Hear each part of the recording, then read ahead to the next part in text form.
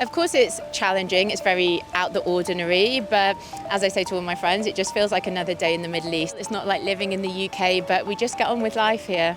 I am a supporter of both President Trump and Bibi Netanyahu because I believe that at this time that it requires bold leadership. It requires people who have a clear vision. As weird as it may seem, given people are having to rush to shelters every time missile barrages rain down on Israel, when you talk to people on the street, there is actually a fair amount of support for this war with Iran. I'm very optimistic. I think that they're going to do a good job. There's long been criticism of Benjamin Netanyahu, the country's longest-serving prime minister, that his claims about the Iranian nuclear threat have been exaggerated or overblown.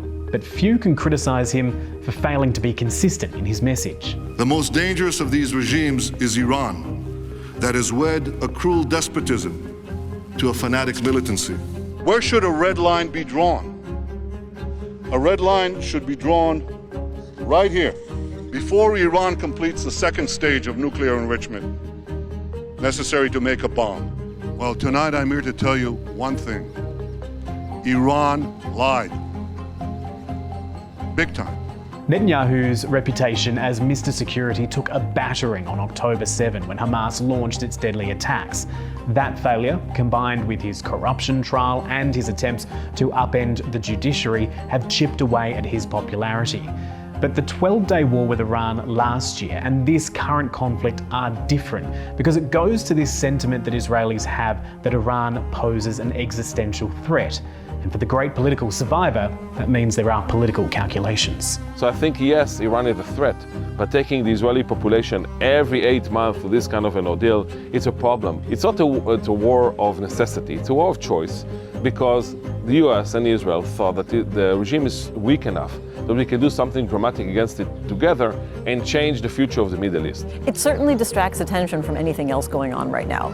For the last week, nobody has been talking about Gaza. Very few people have been talking about the West Bank.